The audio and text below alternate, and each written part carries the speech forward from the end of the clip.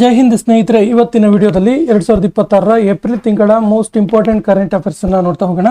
ಇದು second part video. ಮೊದಲ ಭಾಗವನ್ನ ಕೂಡ ನೋಡಿ ಅಂತ ಹೇಳ್ತಾ ಸೆಷನ್ ಸ್ಟಾರ್ಟ್ ಮಾಡ್ತಿದ್ದೀವಿ. ಮೊದಲ ಪ್ರಶ್ನೆ ಈ ರೀತಿ ಇದೆ: ವಿಶ್ವ ಸ್ವಾಸ್ಥ್ಯ ದಿವಸ 2026 ಯಾವಾಗ ಆಚರಿಸಲಾಯಿತು? ಸರಿಯಾದ ಉತ್ತರ ಆಪ್ಷನ್ ಎ, ಏಪ್ರಿಲ್ 7. ಏಪ್ರಿಲ್ 7ರಂದು ವರ್ಲ್ಡ್ ಹೆಲ್ತ್ ಡೇ, ವಿಶ್ವ ಸ್ವಾಸ್ಥ್ಯ ದಿನವನ್ನು ಆಚರಿಸಲಾಯಿತು. ಸೊ 2026ರ ಥೀಮ್ ಏನಾಗಿತ್ತು ಕೇಳಿದ್ರೆ, 2026ರ ವಿಶ್ವ ಸ್ವಾಸ್ಥ್ಯ ದಿವಸದ ಥೀಮ್ ಏನಾಗಿತ್ತು ಅಂದರೆ together for health, stand with science. Together for health, stand with science. ಇದು 2026ರ ಥೀಮ್ ಆಗಿತ್ತು. ವಿಯೆಟ್ನಾಂ ದೇಶದ ನೂತನ ರಾಷ್ಟ್ರಪತಿಯಾಗಿ ಆಯ್ಕೆಯಾದವರು ಯಾರು? ಸರಿಯಾದ ಉತ್ತರ To Lam. Option C is the right answer. To Lam ಇವರು ವಿಯೆಟ್ನಾಂ ದೇಶದ ನೂತನ ರಾಷ್ಟ್ರಪತಿಯಾಗಿ ಆಯ್ಕೆಯಾದರು. ವಿಯೆಟ್ನಾಂ ದೇಶದ ಬಗ್ಗೆ ಹೇಳೋದಾದ್ರೆ, ವಿಯೆಟ್ನಾಂ ದೇಶದ ರಾಜಧಾನಿ ಹನೋಯಿ ಮತ್ತು ವಿಯೆಟ್ನಾಂನ ಕರೆನ್ಸಿ ವಿಯೆಟ್ನಾಮಿ ಡೋಂಗ್.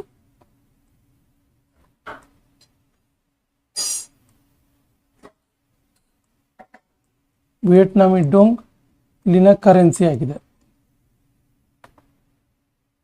ವಿಶ್ವ ಹೋಮಿಯೋಪತಿ ದಿವಸ, ವರ್ಲ್ಡ್ ಹೋಮಿಯೋಪತಿ ಡೇ 2026 ಅನ್ನ ಯಾವಾಗ ಆಚರಿಸಲಾಯಿತು? ಸರಿಯಾದ ಉತ್ತರ April 10. Option B is the right answer. April 10ರಂದು ವರ್ಲ್ಡ್ ಹೋಮಿಯೋಪತಿ ಡೇ ಅನ್ನ ಆಚರಿಸಲಾಯಿತು.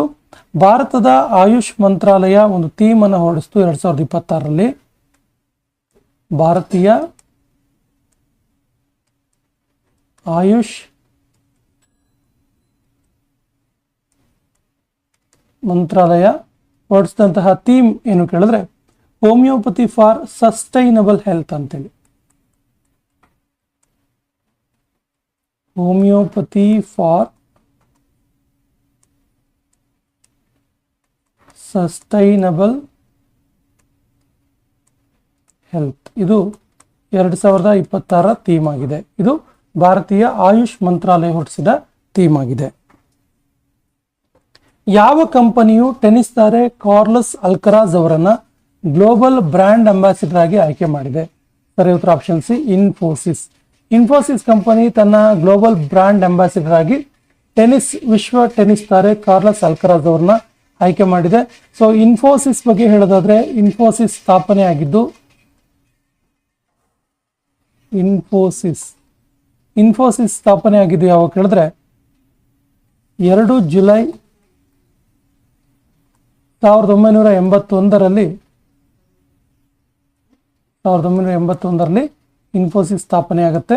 ಇನ್ಫೋಸಿಸ್ನ ಹೆಡ್ ಕ್ವಾರ್ಟರ್ ಇರೋದು ಎಲ್ಲರಿಗೂ ಗೊತ್ತಿದೆ, ಬೆಂಗಳೂರಿನಲ್ಲಿ. ಇನ್ಫೋಸಿಸ್ನ ಹೆಡ್ ಕ್ವಾರ್ಟರ್ ಬೆಂಗಳೂರಲ್ಲಿರೋದು. ಮತ್ತು ಇನ್ಫೋಸಿಸ್ನ ಅಧ್ಯಕ್ಷರು ನಂದನ್ ನಿಲೇಕಣಿ, ಉತ್ತರ ಕನ್ನಡ ಜಿಲ್ಲೆಯ ನಂದನ್ ನಿಲೇಕಣಿಯವರು ಇನ್ಫೋಸಿಸ್ನ ಅಧ್ಯಕ್ಷರು. ಮತ್ತು ಇನ್ಫೋಸಿಸ್ನ MD ಯಾರು ಕೇಳಿದ್ರೆ ಸಲೀಲ್ ಪಾರೇಖ್. ಸಲೀಲ ಪಾರೇಖ್ ಇನ್ಫೋಸಿಸ್ನ MD ಆಗಿದ್ದಾರೆ. ವರ್ಲ್ಡ್ ಹೆರಿಟೇಜ್ ಡೇ 2026 ಅನ್ನ ಯಾವಾಗ ಆಚರಿಸಲಾಯಿತು? ವಿಶ್ವ ಪಾರಂಪರಿಕ ದಿನ 2026 ಯಾವಾಗ ಆಚರಿಸಲಾಯಿತು? ತುಂಬಾ ಸರಿ ಎಕ್ಸಾಮ್ ಅಲ್ಲಿ ಕೇಳಿರೋ ಪ್ರಶ್ನೆ. ಸೊ ಸರಿಯಾದ ಉತ್ತರ April 18. Option D is the right answer. ಈ ಕೆಳಗಿನ ಯಾರು para archer of the year 2025 ಆಗಿ ಆಯ್ಕೆಯಾದರು? Para archer of the year 2025 ಆಗಿ ಆಯ್ಕೆಯಾದವರು ಶೀತಲಾದೇವಿ. ಶೀತಲಾದೇವಿಯವರು ವಿಶೇಷತೆ ಏನು ಕೇಳಿದ್ರೆ, ಇದು ಪ್ಯಾರಾ ಆರ್ಚರ್ಗೆ ಸಂಬಂಧಪಟ್ಟಿದ್ದು 1 ಪಾಯಿಂಟ್. ಇನ್ನೊಂದು ಏನು ಕೇಳಿದ್ರೆ, ಶಿ ವಾಸ್ ಅ ಆರ್ಮ್ಲೆಸ್ ಲೇಡಿ, ಕೈಗಳಿಲ್ಲದ ಹುಡುಗಿ ಅಂತ ಹೇಳ್ಬೋದು. ಕೈಗಳಿಲ್ಲದ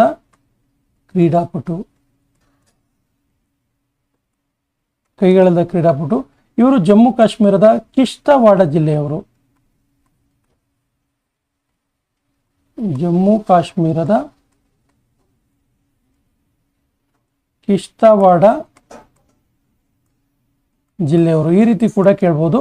2025ನೇ ಸಾಲಿನ para archer of the year award ವಿಜೇತ ಶೀತಲಾ ದೇವಿ ಯಾವ ರಾಜ್ಯದವರು ಅಂತ ಕೇಳಿದ್ರೆ, ಯಾವ ಕೇಂದ್ರಾಡಳಿತ ಪ್ರದೇಶದವರು ಕೇಳಿದ್ರೆ ಜಮ್ಮು ಕಾಶ್ಮೀರದ ಕಿಶ್ತವಾಡ ಜಿಲ್ಲೆಯವರು ಅಂತ ಗೊತ್ತಿರಲಿ. ಭಾರತೀಯ ರಿಸರ್ವ್ ಬ್ಯಾಂಕ್ ಏಪ್ರಿಲ್ 1, 2026 ತನ್ನ ಎಷ್ಟನೇ ಸ್ಥಾಪನಾ ದಿನವನ್ನ, ಫೌಂಡೇಶನಲ್ ಡೇ ಅನ್ನು ಆಚರಿಸಿತು? ಸರಿಯಾದ ಉತ್ತರ 91ನೇ ಸ್ಥಾಪನಾ ದಿನವನ್ನು ಆಚರಿಸಿಕೊಳ್ತು ರಿಸರ್ವ್ ಬ್ಯಾಂಕ್ ಆಫ್ ಇಂಡಿಯಾ. ಭಾರತೀಯ ರಿಸರ್ವ್ ಬ್ಯಾಂಕ್ ತನ್ನ 91ನೇ ಸ್ಥಾಪನಾ ದಿನವನ್ನು ಆಚರಿಸಿತು. ಇದರ ಸ್ಥಾಪನೆಯ ಬಗ್ಗೆ ಒಂದು ಇತಿಹಾಸ ಇದೆ. ಏನು ಕೇಳಿದ್ರೆ, ರಿಸರ್ವ್ ಬ್ಯಾಂಕ್ ಆಫ್ ಇಂಡಿಯಾ ಸ್ಥಾಪನೆ ಹೇಗಾಯಿತು ಕೇಳಿದ್ರೆ, RBI ಸ್ಥಾಪನೆ ಆಗಿದ್ದ ಬಗ್ಗೆ ನೋಡಿ. RBI ಅಧಿನಿಯಮ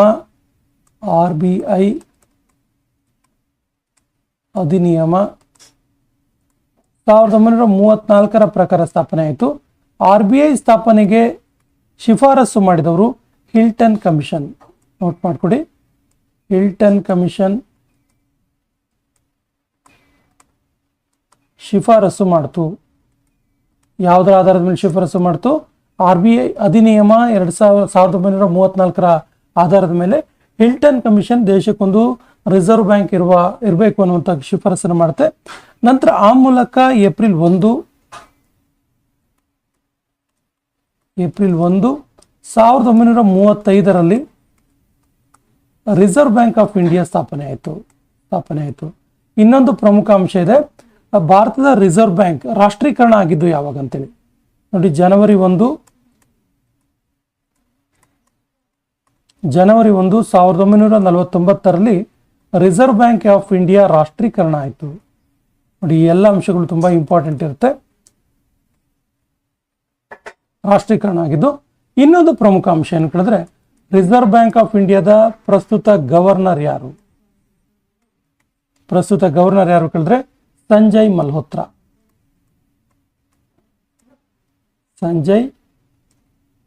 ಮಲ್ಹೋತ್ರಾ ಇದರ ಪ್ರಸ್ತುತ ಗವರ್ನರ್. ಈ ಎಲ್ಲ ಅಂಶಗಳು ಗೊತ್ತಿರಲಿ.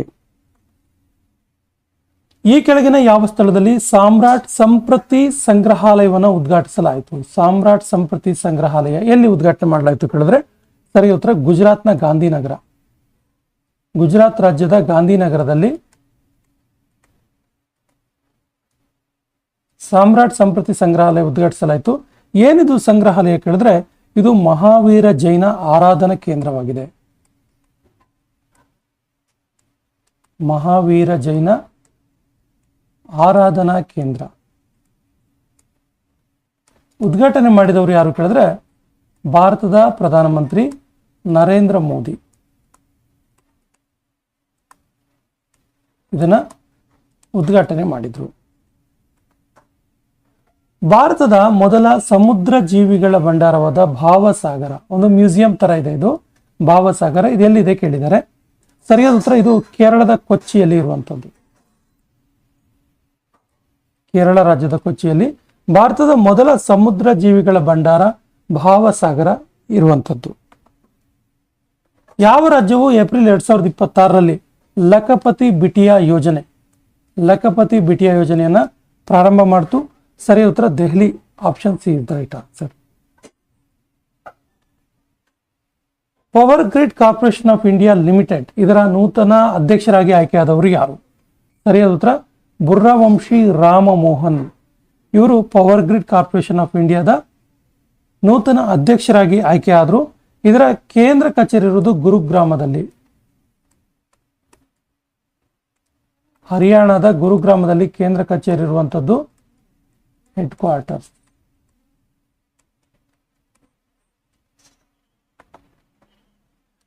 ಕೋಲ್ ಟು ಅಮೋನಿಯಂ ನೈಟ್ರೇಟ್ ಪ್ರಾಜೆಕ್ಟ್ ಅಂದ್ರೆ ಕೋಲ್ನಿಂದ ಅಮೋನಿಯಂ ನೈಟ್ರೇಟ್ ಅನ್ನ ಮಾಡುವಂತ ಒಂದು ಪ್ರಾಜೆಕ್ಟ್ ಭಾರತದಲ್ಲಿ ಎಲ್ಲಿ ಉದ್ಘಾಟಿಸಲಾಯಿತು? ಸರಿಯಾದ ಉತ್ತರ ಒಡಿಸ್ಸಾದಲ್ಲಿ ಉದ್ಘಾಟಿಸಲಾಯಿತು. ಒಡಿಸ್ಸಾ ರಾಜ್ಯದ ಲಖನಪುರದಲ್ಲಿ. ಒಡಿಸ್ಸಾದ ಲಖನಪುರದಲ್ಲಿ ಇದನ್ನ ಉದ್ಘಾಟನೆ ಮಾಡಲಾಯಿತು. ಇದು ಭಾರತದ ಮೊದಲ ಕೋಲ್ ಟು ಅಮೋನಿಯಂ ನೈಟ್ರೇಟ್ ಪ್ರಾಜೆಕ್ಟ್ ಆಗಿದೆ. ಭಾರತದಲ್ಲಿ ಮೊಟ್ಟ ಮೊದಲಿಗೆ ಕೋಲ್ನಿಂದ ಅಮೋನಿಯಂ ನೈಟ್ರೇಟ್ ಅನ್ನ ಮಾಡುವಂತ ಒಂದು ಪ್ರಾಜೆಕ್ಟ್ ಆಗಿದೆ. ಯಾವ ರಾಜ್ಯದಲ್ಲಿ ಮೇರಾ ಗಾಂವ್ ಸ್ವಸ್ಥ ಗಾಂವ್ ಎನ್ನುವಂತಹ ಅಭಿಯಾನವನ್ನ ಪ್ರಾರಂಭಿಸಲಾಯಿತು? ಸರಿಯಾದ ಉತ್ತರ ಮಹಾರಾಷ್ಟ್ರದಲ್ಲಿ. Option D is the right answer. ಏನಿದು ಮೇರಾ ಗಾಂವ್ ಸ್ವಸ್ಥ ಗ್ರಾಮ್ ಎನ್ನುವಂಥ ಅಭಿಯಾನ ಕೇಳಿದ್ರೆ, ಗ್ರಾಮೀಣ ಪ್ರದೇಶದ ಜನರಿಗೆ ಆರೋಗ್ಯದ ಬಗ್ಗೆ ಅವೇರ್ನೆಸ್ ಮೂಡಿಸುವಂತ ಕಾರ್ಯಕ್ರಮ. ಗ್ರಾಮೀಣ ಜನರಿಗೆ ಹೆಲ್ತ್ ಕೇರ್ ಅವೇರ್ನೆಸ್, ಆರೋಗ್ಯದ ಬಗ್ಗೆ ಕಾಳಜಿ ತೆಗೆದುಕೊಳ್ಳೋದ್ರ ಬಗ್ಗೆ ಒಂದು ಅವೇರ್ನೆಸ್ ಮೂಡಿಸುವಂತ ಒಂದು ಅಭಿಯಾನ ಇದು.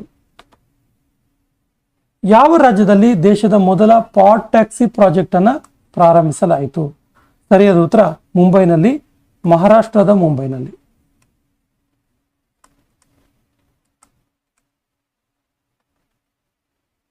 ರಾಷ್ಟ್ರಪತಿಯವರ ಅಂಕಿತದ ನಂತರ ಆಂಧ್ರ ಪ್ರದೇಶದ ಯಾವ ಸ್ಥಳವು ಇದರ ಏಕಮಾತ್ರ ರಾಜಧಾನಿಯಾಗಿ ಘೋಷಣೆ ಆಯಿತು? ಸರಿಯಾದ ಉತ್ತರ Amaravati.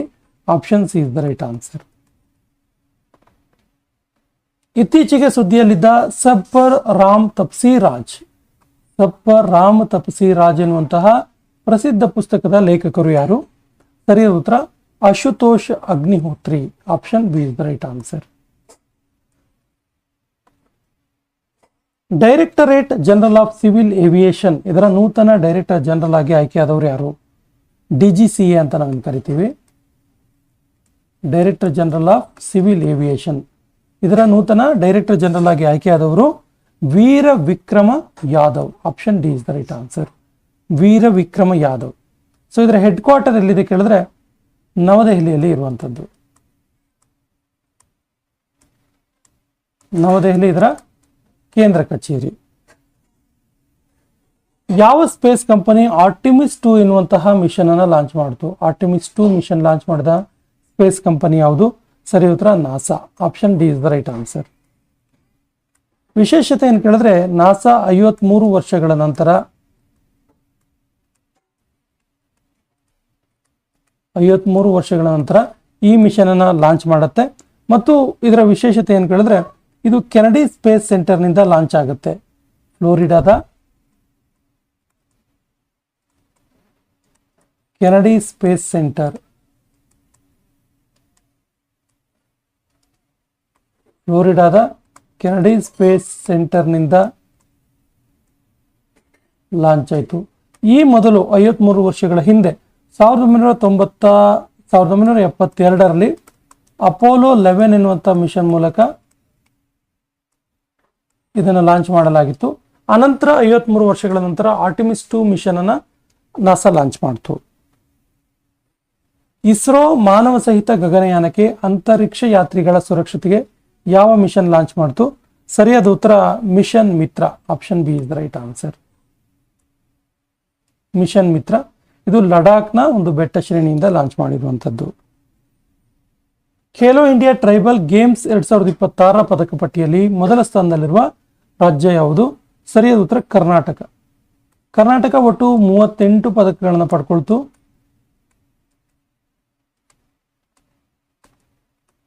Khelo India tribal games ಅಲ್ಲಿ ಅದರಲ್ಲಿ ಚಿನ್ನ 23 ಗೋಲ್ಡ್, 8 ಸಿಲ್ವರ್ ಮತ್ತು 7 ಬ್ರೋನ್ಸ್, ಒಟ್ಟು 38 ಪದಕಗಳನ್ನು ಕರ್ನಾಟಕ ಪಡೆದುಕೊಳ್ಳೋದ್ರ ಮೂಲಕ ಮೊಟ್ಟ ಮೊದಲ ಸ್ಥಾನದಲ್ಲಿದೆ. ಇನ್ನು ಇದರ ಆಯೋಜನೆ ಎಲ್ಲಾಯಿತು ಕೇಳಿದ್ರೆ ಛತ್ತೀಸ್ಗಢದಲ್ಲಿ. ಖೇಲೋ ಇಂಡಿಯಾ ಟ್ರೈಬಲ್ ಗೇಮ್ಸ್ 2026ನ ಆಯೋಜನೆ ಎಲ್ಲಾಯಿತು ಕೇಳಿದ್ರೆ ಛತ್ತೀಸ್ಗಢ. ಇದರ ಒಂದು ಮಾಸ್ಕಟ್ ಏನಾಗಿತ್ತು ಕೇಳಿದ್ರೆ ಮೋರ ವೀರ ಮಾಸ್ಕಟ್.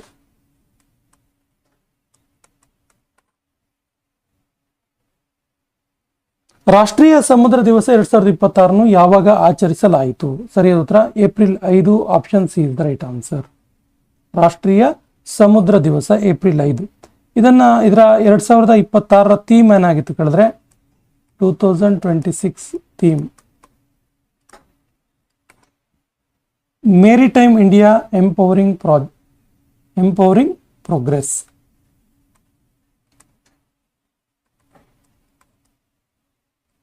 ಮೇರಿಟೈಮ್ ಇಂಡಿಯಾ ಎಂಪವರಿಂಗ್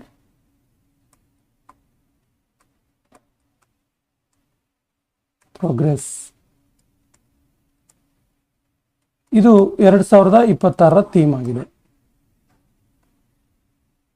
ಯಾವ ಭಾರತೀಯ ಕ್ರೀಡಾಪಟು ಏಷ್ಯಾ ಸ್ಕ್ವಾಶ್ ಫೆಡರೇಷನ್ ಅವಾರ್ಡ್ 2026ನಲ್ಲಿ player of the year 2025 ವಿಜೇತರಾದರು?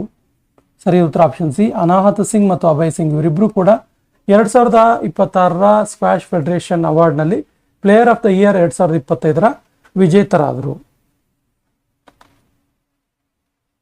SAFF U20 SAFF under 20 championship 2026ರ ವಿಜೇತ ತಂಡ ಯಾವುದು? ಸರಿ ಉತ್ತರ Bangladesh. Option D is the right answer. Bangladesh ಭಾರತವನ್ನ ಫೈನಲ್ಸ್ ಅಲ್ಲಿ ಸೋಲಿಸ್ತು. ಮತ್ತು ಇದರ ಆಯೋಜನೆ ಆಗಿದ್ದು ಕೇಳಿದ್ರೆ national football stadium Male. National football stadium ಎಲ್ಲಿದೆ? ಇದು ಮಾಲೆಯಲ್ಲಿದೆ. ಯಾವ ದೇಶದಲ್ಲಿ ಬರುತ್ತೆ? ಮಾಲ್ಡೀವ್ಸ್ ನಲ್ಲಿ ಬರುತ್ತೆ. ಸೈಕ್ಲೋನ್ 2 ಎನ್ನುವಂತಹ ಯುದ್ಧಾಭ್ಯಾಸ, ಸೈಕ್ಲೋನ್ 4 ಇದು. ಸೈಕ್ಲೋನ್ 4 ಎನ್ನುವಂತಹ ಯುದ್ಧಾಭ್ಯಾಸ ಮಿಲಿಟರಿ ಎಕ್ಸೈಸ್ ಯಾವ ಎರಡು ದೇಶಗಳ ನಡುವೆ ನಡೆಯಿತು? ಸರಿಯಾದ ಉತ್ತರ ಭಾರತ ಮತ್ತು ಈಜಿಪ್ಟ್ ನಡುವೆ ನಡೆದಿರುವಂಥದ್ದು. IPL ಇತಿಹಾಸದಲ್ಲಿ 800 4ಗಳನ್ನು ದಾಖಲಿಸಿದ ಬೌಂಡರಿಗಳನ್ನು ದಾಖಲಿಸಿದ ಮೊದಲ ಆಟಗಾರ ಯಾರು? ಸರಿಯಾದ ಉತ್ತರ option C, Virat Kohli. Option C is the right answer. ISF junior world cup 2026ರಲ್ಲಿ ಮೊದಲ ಸ್ಥಾನದಲ್ಲಿರುವ ದೇಶ ಯಾವುದು? ಸರಿ ಉತ್ತರ ಭಾರತ. ಇದರಲ್ಲಿ ಈ ವರ್ಲ್ಡ್ ಕಪ್ ಅಲ್ಲಿ 16 ಪದಕವನ್ನು ಗೆದ್ದುಕೊಳ್ತು. ಅದರಲ್ಲಿ 5 ಚಿನ್ನ, 6 ಬೆಳ್ಳಿ ಮತ್ತು 5 ಕಂಚಿನ ಪದಕ, ಒಟ್ಟು 16 ಪದಕವನ್ನು ಪಡ್ಕೊಳ್ತು. ಭಾರತದ ಮೊದಲ 3D ಸೆಮಿಕಂಡಕ್ಟರ್ ಪ್ಯಾಕೇಜಿಂಗ್ ಯೂನಿಟ್ ಎಲ್ಲಿ ಉದ್ಘಾಟಿಸಲಾಯಿತು? ಸರಿ ಉತ್ತರ ಒಡಿಸ್ಸಾದ ಭುವನೇಶ್ವರ್. ಒಡಿಸ್ಸಾ ರಾಜ್ಯದ ಭುವನೇಶ್ವರದಲ್ಲಿ. World creativity and innovation day 2026 ಯಾವಾಗ ಆಚರಿಸಲಾಯಿತು? ಸರಿಯಾದ ಉತ್ತರ April 21. Option C is the right answer. April 21. ಸಾಂಕೇತಿಕ ಭಾಷೆಯಲ್ಲಿ ಬಿಡುಗಡೆ ಆಗ್ತಾ ಇರುವ ಭಾರತದ ಮೊದಲ ಹಿಂದಿ ಸಿನಿಮಾ ಯಾವುದು? ಸರಿಯಾದ ಉತ್ತರ ಆಖಿರಿ ಸವಾಲ್. ಇದರ ನಿರ್ದೇಶಕರು ಯಾರು ಕೇಳಿದ್ರೆ ಮೋಹನ ವಾರಂಗ.